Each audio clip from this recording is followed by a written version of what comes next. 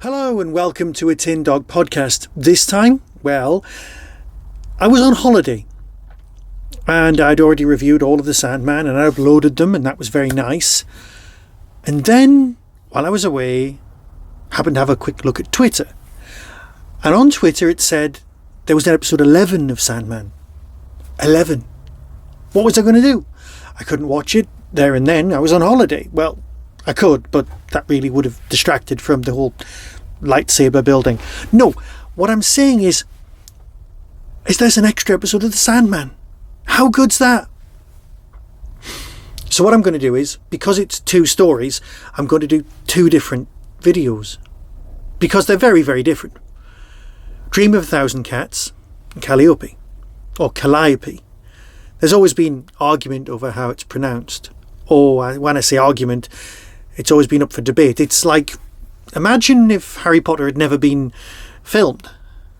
Everyone would be arguing over how exactly you pronounce Hermione.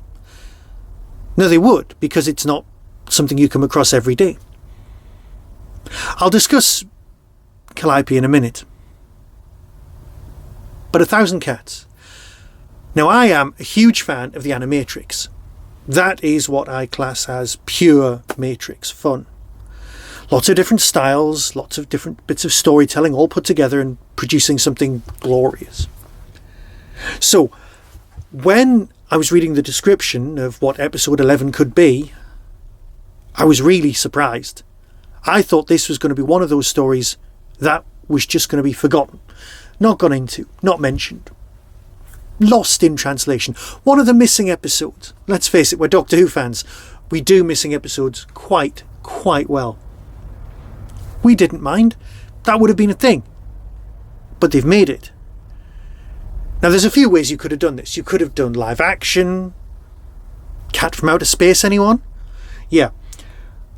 Or you could have done drawn animation. But this seems to be a combination of motion capture and the sort of 3D style animation that's quite popular these days. Here's the thing, I was watching it with my wife and we both turned to each other and said the same thing.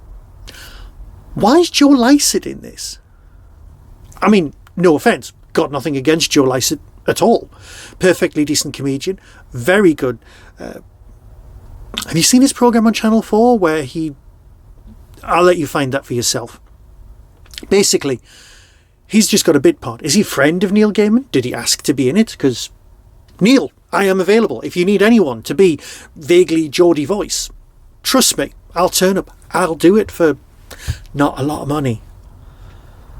But are all of these people friends of Neil's? I thought I heard David Tennant's voice for one line.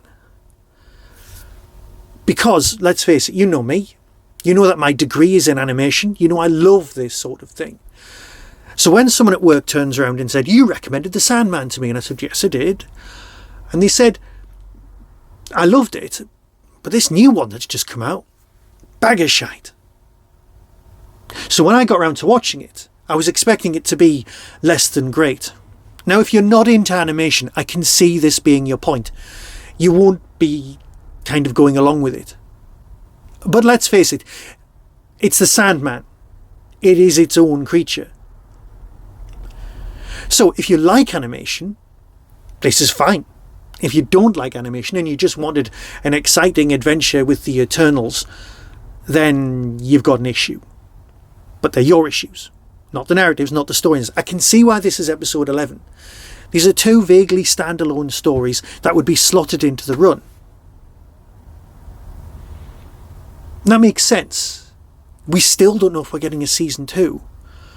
Are we getting a season 2? I just don't know. So, narrative-wise, it's a very simple story. You've got cats meeting up, and yes, it's a very similar storyline to Cats, the musical. We don't talk about that. With Dame Judy, we still don't talk about it. And James, no, really, we don't talk about Cats, the musical. No one does. But Cats the Musical is everyone meeting up to find out who gets to be something or other.